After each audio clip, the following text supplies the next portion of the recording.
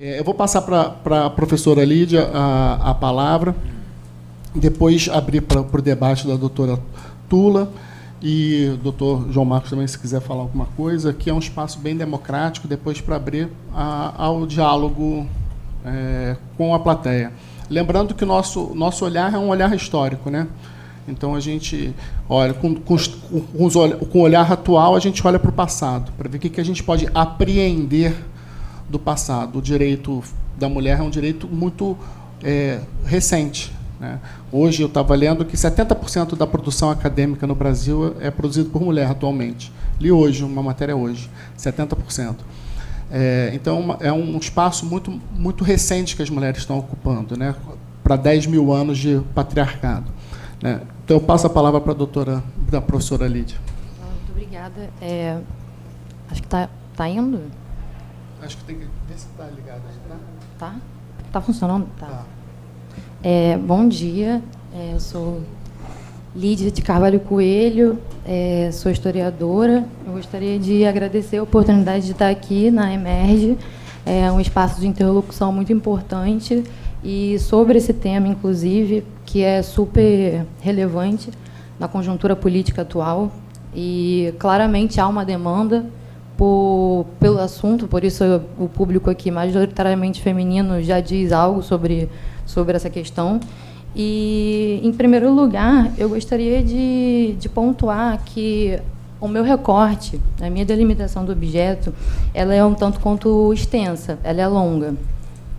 Vou até voltar aqui o slide. Eu vou falar do papel das mulheres no processo histórico, dentro de uma perspectiva de marginalização e formas de resistência. O que significa falar sobre isso? Primeiro, voltando, eu gostaria de pontuar que é um extenso período histórico, então eu não vou fazer uma análise muito profunda. A minha intenção com a minha fala, na verdade, ela é uma intenção de uma fala provocativa, no sentido de que pensar a mulher no processo histórico significa pensar como a mulher se relaciona dentro do processo histórico. Portanto, como a mulher se relaciona, apesar das estruturas de opressão, que foram colocadas muito bem pela doutora Fabiana, como ela se relaciona, como ela existe nesses espaços, como ela resiste e como ela constrói. E, nesse sentido, também, só para deixar muito claro que eu fiz escolhas narrativas, né, por conta do curto tempo de fala, mas os exemplos que eu vou utilizar aqui são exemplos anteriores aos seus. Na verdade, eles acabam justamente na Olimp. E eu estou trazendo também uma perspectiva de um panorama europeu. Portanto, acaba sendo uma fala numa perspectiva eurocêntrica, mas não eurocêntrica numa noção de narrativa hegemônica. Eurocêntrica no sentido de que os critérios sociais europeus, eles se espalham em todo o mundo ocidental. Então, quando a gente vai pensar essa reprodução desses papéis, desses espaços que são relegados a essas mulheres, é interessante a gente pensar historicamente de onde eles partem. Dito isso, eu queria primeiro pontuar que o que seria esse papel feminino no processo histórico. Primeiro, eu gostaria de pensar uma desnaturalização das relações sociais. O que significa a desnaturalização dessas relações? Nós vivemos numa sociedade que, por conta de uma longa duração, certos critérios sociais, categorias sociais, são tratadas como naturais, são como inerentes à forma como os homens se relacionam. Quando eu digo os homens, eu digo a sociedade humana. Nesse sentido, quando eu penso a desnaturalização das relações sociais, eu estou pensando que os códigos sociais, eles variam de acordo com um recorte temporal e espacial. Se você se volta por exemplo, se você se volta para Portugal durante a expansão ultramarina, os códigos sociais são uns. Se você se volta para Portugal salazarista, os códigos sociais são outros. Então, nesse sentido, isso varia tanto temporalmente quanto espacialmente. Para além disso, tem as estruturas de dinâmicas econômicas, de organização política, que também tem relação direta com a construção desses códigos sociais. E, para além disso, principalmente, inclusive, são as questões culturais. E as questões culturais, elas são construídas. Nesse sentido, se nós pensamos que esses códigos sociais, portanto, a própria estrutura patriarcal, estruturas de opressão, estruturas de invisibilização de certos grupos sociais, se esses códigos eles são culturais, então eles foram construídos em um determinado momento histórico. Eles não são naturais. Se eles foram construídos, eles são passíveis de desconstrução. Nesse sentido, se os códigos sociais são construídos dentro da experiência histórica, pensar justamente uma busca por uma história contra-hegemônica é justamente pensar uma crítica ao que seria uma historiografia tradicional. Quando se pensa, e eu vou abarcar esse aspecto com um pouco mais de profundidade logo em seguida, mas eu gostaria de deixar aqui de antemão que, quando se pensa uma história contra-hegemônica, se pensa justamente uma historiografia que vai valorizar vozes que são invisibilizadas justamente por conta da própria narrativa acadêmica. Se pensarmos que esses espaços foram construídos por homens e que eles foram recentemente ocupados por mulheres. A história das mulheres ela começa dentro dos espaços acadêmicos a partir dos anos 60. Anos 60 do século XX.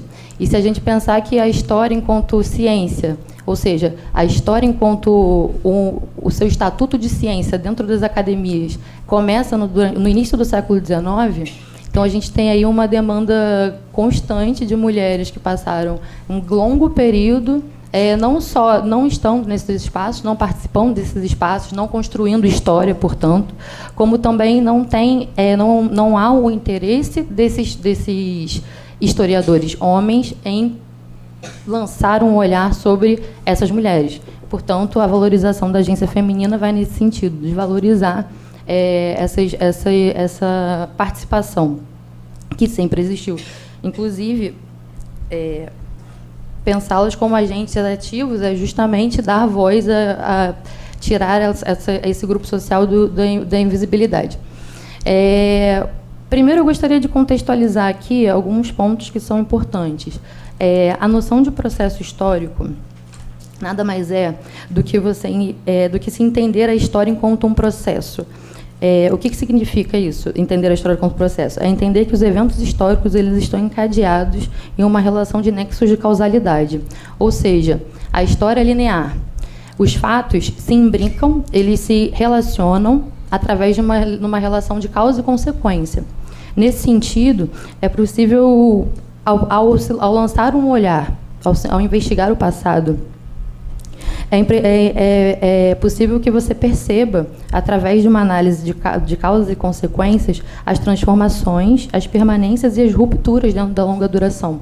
O que é muito interessante se você quer pensar uma desnaturalização de relações sociais. O processo histórico permite que, você, compreendendo, a partir da compreensão dos antecedentes, você consiga compreender o estopim dos processos históricos. As origens e as gêneses de como elas culminam, inclusive, na nossa contemporaneidade, na nossa realidade cotidiana. Eu queria trazer aqui um exemplo clássico de processo histórico, se nós olharmos, por exemplo, a Revolução Francesa, que é o grande evento que marca, inclusive, a virada da história contemporânea. Como a doutora Fabiana bem colocou, é ali que nós temos a Declaração dos Direitos dos Homens, né, toda a nossa noção de propriedade, de liberdade individual, ela está toda pautada nesse movimento histórico. E a grande questão a Revolução Francesa, ela se dá no final do século XVIII, mas os pilares para que ela aconteça, eles estão no século XVII. Até a perspectiva dos ideais iluministas, eles já são discutidos durante todo o século XVII, portanto, durante todo o século XVIII. As políticas que permitiram que o cenário de crise acontecesse também são uma conjuntura. As questões econômicas de desigualdade social profundamente marcadas durante o quadro de Revolução Francesa, que vão culminar na Revolução, também são uma perspectiva de causalidade. Principalmente se nós pensarmos que a questão da fome e da crise de produção foi um fator marcado. E interessante pensar também que, normalmente, a gente, quando fala de Revolução Francesa, fala muito de queda da Bastilha, grandes nomes, Robespierre, só que tem até uma proposta de um historiador, que é Jacques Ravel. Ele fala de trabalhar a história através de jogos de escala. O que significa isso? Significa que, se olharmos do alto, nós temos uma perspectiva do todo. Quando nós nos aproximamos, nós vemos o pormenor, a microestrutura. E a microestrutura constrói o todo. Nesse sentido, quando você pensa a história enquanto um movimento cotidiano e não como algo inalcançável, não como algo meramente abstrato, nós pensamos, por exemplo, a agência feminina nesses espaços da Revolução Francesa como na microestrutura. As mulheres, afinal, eram responsáveis pela microestrutura do lar. Então, pensar que elas eram responsáveis pela economia do lar é pensar também que essas mulheres foram às ruas revoltadas com o aumento do preço do pão, por exemplo. Nesse sentido, eu acredito que a aproximação da história com o indivíduo é de extrema importância quando a gente toma para si a noção de que nós estamos dentro do processo histórico. O processo histórico está acontecendo agora e todos nós somos agentes dentro dele, todos nós somos atores do processo histórico. O que me leva a pensar que, na perspectiva da produção historiográfica, e aí sim entro com mais profundidade sobre os cargos ocupados academicamente, majoritariamente por homens, historicamente falando, hoje, como o doutor Cláudio Gustavo acabou de colocar, até isso vem se revertendo, pensar que, primeiro, como o historiador faz história, como o historiador trabalha, analisa o factual. O historiador, ele nada mais faz do que costurar narrativas através do imbricamento dos fatos. Ou seja, o historiador se volta para os vestígios do passado, ele se volta para as fontes factuais e ele constrói narrativas a partir disso. As fontes são a matéria-prima do historiador. Só que o historiador, ele, como produtor desse conhecimento, ele é, acima de tudo, um escritor. E ele precisa fazer escolhas narrativas.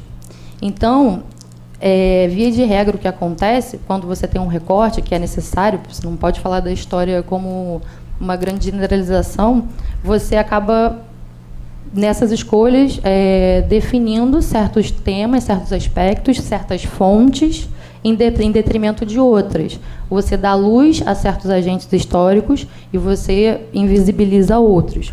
Quando a gente pensa a historiografia no início do século XIX, portanto, quando ela ganha seu estatuto de ciência, bem como outras disciplinas, o modo de fazer história, a chamada escola positivista, escola metódica, ela trabalha na vertente de uma construção historiográfica voltada para 3 eixos centrais. O primeiro é a história política. Portanto, se vai se falar de Revolução Francesa nesse momento, você vai falar da morte do rei, você vai falar de queda da Bastilha, você vai falar de Robespierre, você nunca vai falar da dona que saía de casa para questionar o preço do pão. Essa senhora, ela simplesmente não aparece, ela nem é considerada um ator histórico. Você tem também a história militar e a história biográfica. Mas a história biográfica, ela fala sobre esses atores históricos. Quem está nesses meios nesse momento? Quem ocupa esses meios nesse momento?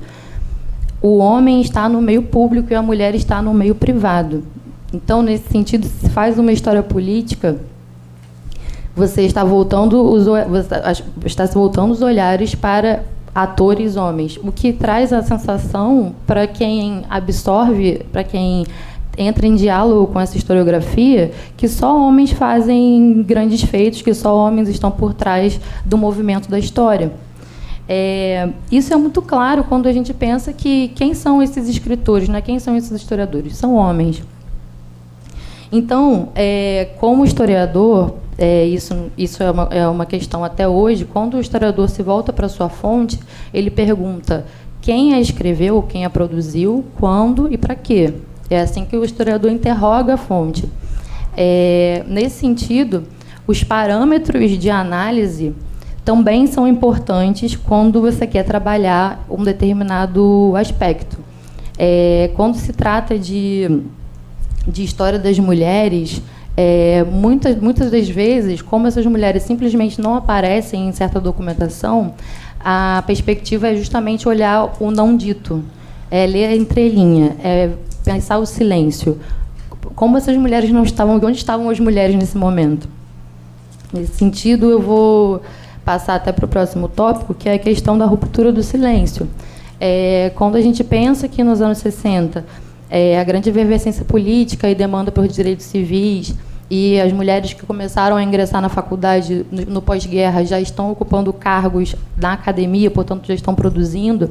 Essas mulheres que produzem, fazem uma história voltada para dar voz a esse setor social historicamente invisibilizado, elas têm um duplo simbolismo, assim, uma dupla função.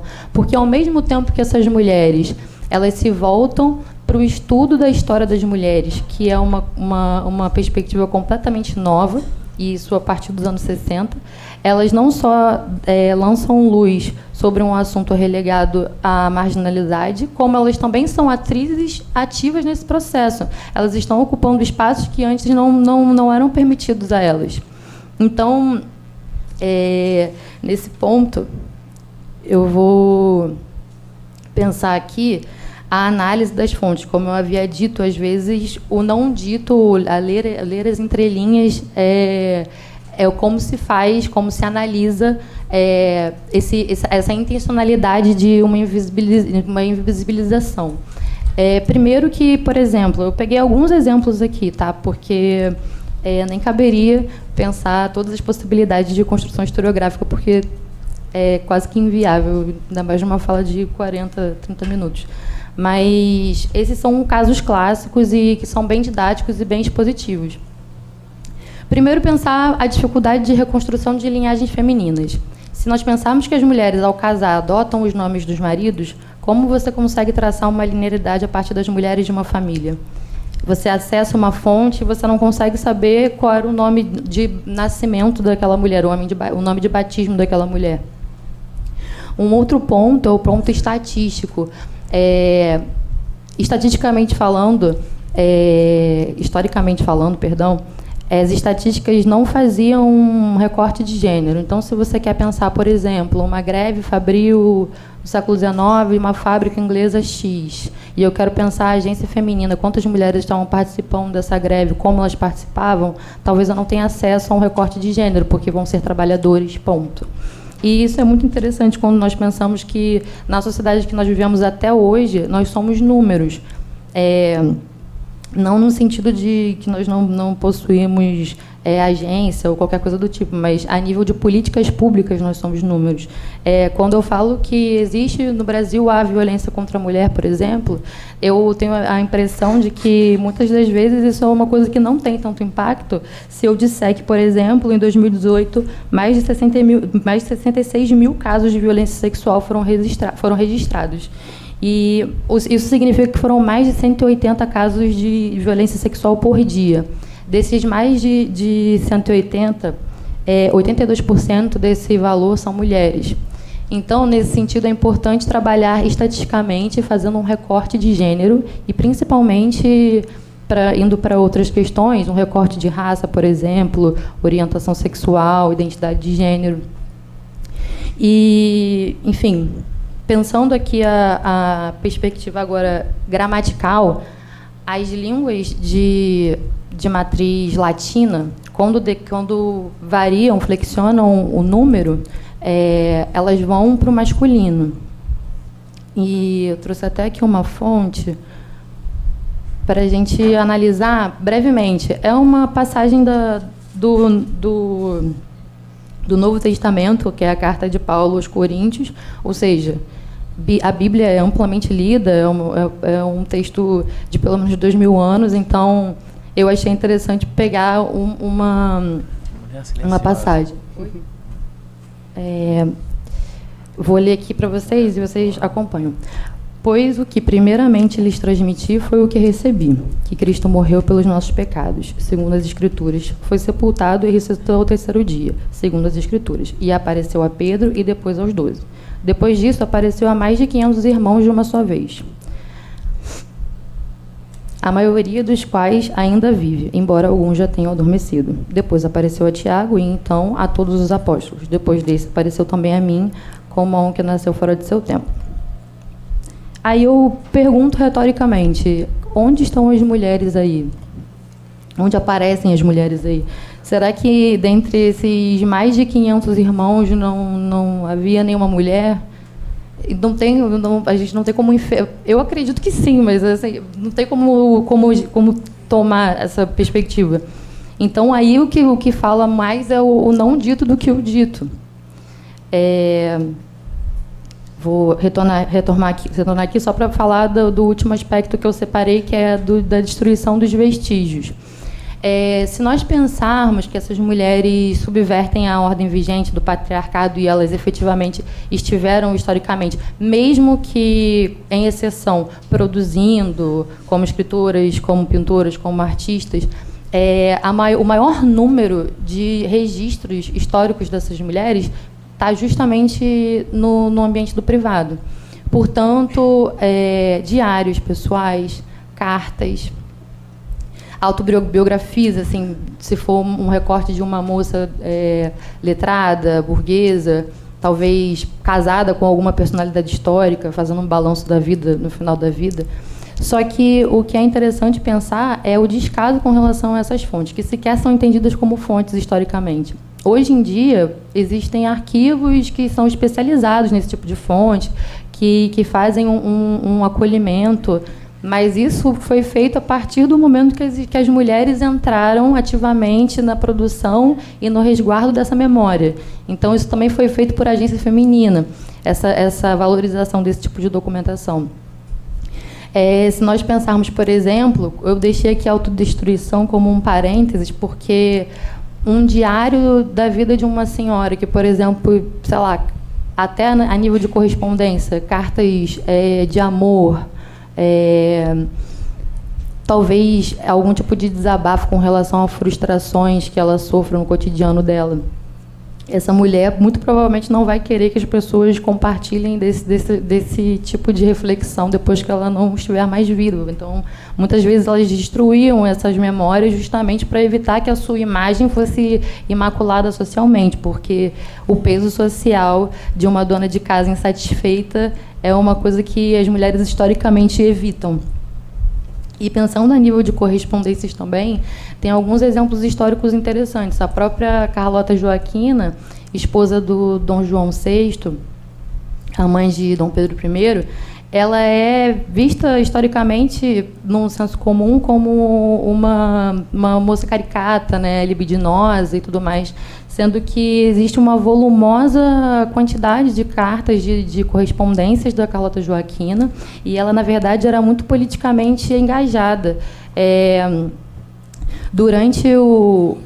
Fazendo um breve parênteses, quando a família real se desloca de Portugal para cá e o Brasil se torna Reino Unido de Portugal, isso ocorre por conta de uma invasão napoleônica na Península Ibérica. Nesse sentido, a Espanha cai. O Napoleão toma a coroa hispânica. E a Carlota Joaquina é irmã do rei da Espanha no momento. Nesse sentido, ela vê ali uma possibilidade, quando há o desmantelamento da estrutura de dominação colonial de Espanha e as colônias hispânicas, que o que acaba ocorrendo por consequência é justamente o processo de independência desses espaços. Ela vê ali uma possibilidade de demandar, por conta da legitimidade da linhagem hereditária dela, a posse de certas terras. E isso é uma coisa que não é dita. esse tipo de tentativa de articulação política não é dito. Uma outra questão interessante, que é a questão da representação feminina. Eu trouxe aqui um exemplo que é até um exemplo muito famoso, que é o exemplo da Artemisia Gentileschi, que foi uma pintora no século XVII. E também é interessante pensar que, quando nós pensamos em renascimento artístico, barroco, nós raramente pensamos em mulheres, nós pensamos em homens pintando. E a história dela é um tanto quanto interessante. Ela tem muita produção, muitos quadros, só que eu separei esse especificamente porque a temática também é interessante. A Artemisia, ela era filha de pintor também. Ela vivia nesse meio, portanto, ela aprendeu a pintar em casa. E ela foi estuprada por um colega também pintor. Esse quadro ela pintou antes desse caso. E nesse quadro é interessante observar que é um quadro amplamente... É uma alegoria amplamente reproduzida no período de Suzane e os Velhos, que é a história de uma moça casada que, ao se banhar, dois anciões, dois velhos, eles veem a moça e eles a desejam. E aí eles vão eles abordam a moça e falam que eles querem ter relações sexuais com ela, e ela nega. O que eles dizem é: se você negar, a gente vai dizer que você estava com um cara aqui. E é o que eles fazem, acusam ela de adultério, se não fosse pela interpelação de um homem que coloca a seguinte questão: separa os dois velhos e diz onde foi que a moça estava cometendo adultério, e eles não conseguem fechar uma versão. Acaba que os próprios estupradores, eles são condenados e a moça é salva, mas ela é salva pelo intermédio de um terceiro homem, porque a própria palavra dela não vale de nada. E isso é, inclusive, uma passagem bíblica. E a questão toda é que ela, ao retratar essa alegoria, que é amplamente difundida, depois, se vocês quiserem até dar uma olhada na internet, outros pintores que também pintaram essa alegoria, normalmente há uma tendência a representar a Susana como uma mulher que está inclinada a ceder à tentativa dos dois homens. Na verdade, não existe um verdadeiro impacto do que seria, de fato, essa cena de abuso. E ela coloca isso claramente. A moça está claramente tentando sair. O corpo dela está quase que inclinado para longe dos homens. E os homens estão, de fato, em posição de abuso. Em outras representações, os homens estão até um pouco distantes, quase que como se a culpa fosse da mulher. E a Artemisia, ela tem inúmeras outras produções que são também bem marcadas por esse olhar feminino. E ela, de fato, depois que houve a questão do estupro dela, o pai dela o pai dela logo arrumou um casamento para ela, porque ela ficou também socialmente... Ela perdeu a dignidade socialmente depois do estupro que ela sofreu. E ele logo arrumou um casamento para ela, e ela se mudou para Florença e ingressou na Academia de Belas Artes de Florença, que foi onde Michelangelo estudou também. E foi a primeira mulher a ingressar lá. E ela teve uma vida a nível de produção artística muito interessante. Ela trabalhou na corte dos Médici, ela viajou à Europa e tudo mais. Só que o grande ponto é que, depois da morte da Artemisia, quase não se falou mais sobre. Então, os grandes manuais de história da arte, eles estão sempre voltados para nomes de homens pintando, e quase não se falava de Artemisia. Ela só veio a ser reivindicada justamente nos anos 60, com a onda das mulheres feministas, que trazem essa discussão para a academia. E aí ela volta, a figura da Artemisia volta recentemente, eu acho que uns 2, 3 anos atrás, até teve uma grande exposição dela no Museu Europeu. Mas isso é mais uma prova de como as mulheres, elas estão participando ativamente do processo histórico, só que elas são constantemente invisibilizadas. Elas estão participando apesar das estruturas de dominação, apesar das estruturas de opressão, elas participam, elas existem.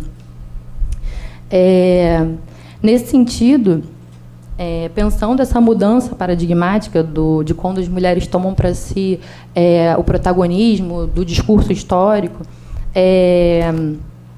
a agência feminina, ela ganha destaque e ela se torna, de fato, um canal de estudo. Assim, hoje em dia é amplamente difundido no mundo. O Brasil tem um grande centro de pesquisa na USP, acho que em Florianópolis também, em Campinas também.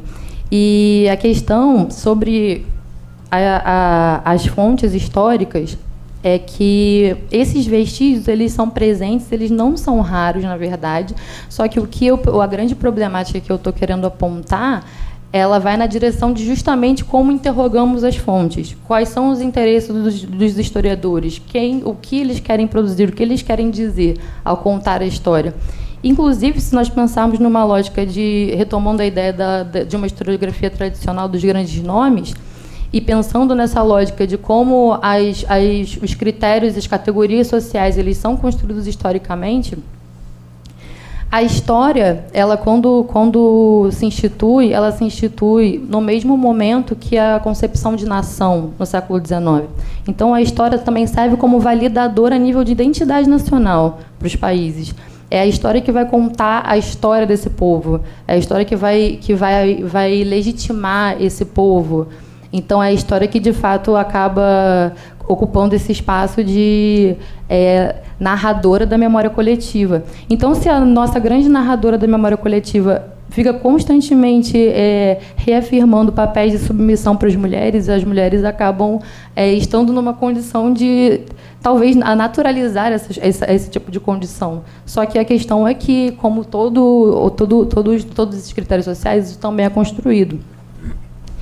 E eu trouxe aqui, para amarrar, até um trecho da fonte da Olympe de Gouges, que escreveu a Declaração dos Direitos das Mulheres e da Cidadã na Revolução Francesa. Por que isso é interessante? Porque esse conceito de arqueofeminismo eu trouxe porque, veja, é um paralelo que o autor do livro, que é, além de um conceito homônimo, o nome do livro, ele traz a ideia de que o arqueofeminismo seria, na verdade, o desvelamento desses vestígios históricos que estão escondidos. Por quê? Porque ele faz um parêntese com o que seria o trabalho do arqueólogo.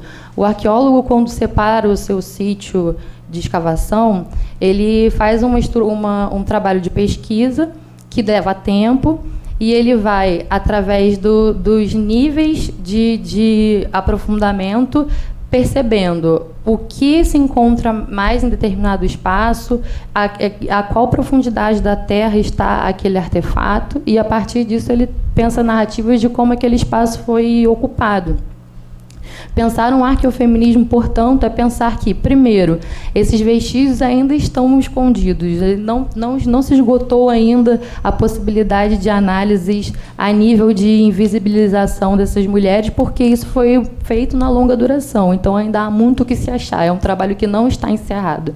E, segundo, pensar também que o conceito de feminismo, ele é um conceito contemporâneo. Portanto, chamar de feminismo mulheres que não viveram, de fato, historicamente, o feminismo, seria anacrônico. Então, por isso, ele pensa um arqueofeminismo. Seria demandas feministas antes mesmo de existir o feminismo. Portanto, localizadas no processo histórico como um preâmbulo do que será o feminismo no futuro. Então, eu trouxe aqui quando ela escreve a Declaração dos Direitos das Mulheres, ele tem vários artigos. Eu trouxe um porque eu achei ele muito interessante para exemplificar, inclusive, pensar questões que são muito contemporâneas ainda. Ela diz: a lei deve ser a expressão da vontade geral. Todas as cidadãs e todos os cidadãos devem contribuir de maneira pessoal ou através de seus representantes para a sua elaboração. Ela deve ser a mesma para todos. Todas as cidadãs e todos os cidadãos, sendo iguais a seus olhos, devem ter igualmente acesso a todas as honrarias, cargos e empregos públicos, segundo suas capacidades e sem outras distinções, além de suas virtudes e seus talentos. Notem aqui que ela faz questão, e isso se reproduz durante todo o documento, de sempre distinguir mulheres, homens, cidadãs e cidadãos. Por quê? Porque existe justamente a invisibilização gramatical do gênero. E ela percebeu ali, quando da publicação da Declaração dos Direitos dos Homens, que obviamente que ela entendeu que homens ali se referia a homens e mulheres. Só que a questão é que o que ela percebeu ali é que as demandas femininas não estavam sendo atendidas.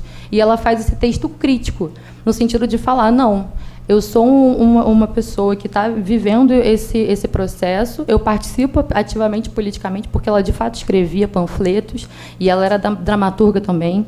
Ela produziu peças críticas no período da Revolução Francesa. Inclusive, ela, como outras mulheres, assistiam às assembleias. Então, ela reivindicou o direito dela de se expressar a nível das demandas que essas mulheres tinham naquele momento. Então, mais uma vez, quando falamos de Revolução Francesa, nós pensamos em grandes homens. Nós não pensamos na agência feminina dessas mulheres que efetivamente participaram do movimento revolucionário e que, na verdade, não foram representadas num viés revolucionário. E a grande questão com relação à Olympe, que é uma ironia trágica, é que, no final, ela escreve a declaração em 1791, e ela morre em 93, porque ela posteriormente publicou uma peça crítica, e já no período do chamado terror revolucionário, e ela foi guilhotinada. Então, uma mulher que demanda seus direitos num processo revolucionário é morta, tal qual o grande símbolo da opressão e tirania do antigo regime, o rei. Nesse sentido, eu já vou me encaminhando para o final. Eu peguei uma passagem talvez um pouco extensa, mas eu acho que ela amarra muito bem a minha fala, que é de uma historiadora das mulheres brasileira, Carla Pinsky, e a fala consiste no seguinte: no século XVIII, ainda se discutia se as mulheres eram seres humanos como os homens ou se estavam mais próximas dos animais irracionais.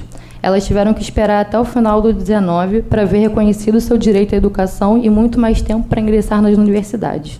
No século XX, descobriu-se que as mulheres têm uma história, e algum tempo depois que podem conscientemente tentar tomá-las nas mãos, com seus movimentos e reivindicações.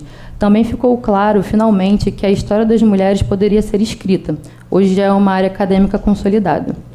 O momento, agora, é de fazer com que um público mais amplo tenha acesso às descobertas dos historiadores. A história das mulheres deve ser discutida nos salões de beleza, nos almoços de família, nas mesas de bar, nos ambientes de trabalho. Deve estar presente nas escolas, nas TVs e rádios brasileiras, no judiciário e no legislativo, assim como na elaboração de políticas públicas. Eu queria também falar que, retomando até o que eu disse no início, que a minha fala ela é muito mais no sentido de uma provocação. Assim como historiadora, eu também faço escolhas narrativas, portanto, eu acabei deixando muita coisa de fora, mas a perspectiva é de que sempre há possibilidade de lançar mão sobre setores invisibilizados. Isso porque eu também, como eu não cheguei numa perspectiva contemporânea, eu não fiz um recorte de classe aqui, eu não fiz um recorte de raça aqui, eu não fiz um recorte de orientação sexual, nem de identidade de gênero. Talvez se nós pensássemos uma realidade de uma mulher escravizada que no seio do cativeiro tinha que, além de manter os seus costumes, ainda estava relegada à posição feminina e de escravizada, ou seja, é uma lógica completamente diferente de opressão, por exemplo, que a Olympe sofreu no século XVIII na França. Pensar aqui que a grande questão é como nós podemos, primeiro, pensar que essas lógicas sociais construídas elas são passíveis de desconstrução e que ainda há muito a se fazer nesse sentido. Principalmente por conta de essa onda reacionária que tem sido muito, muito perceptível atualmente, e de negação de estudos e dados, fontes que já foram comprovadas cientificamente e que há uma insistência muito grande por parte de alguns setores sociais de renegá-las, né? Então, eu acho que é por aí mesmo. Eu acho que eu talvez já tenha falado até bastante. E obrigada.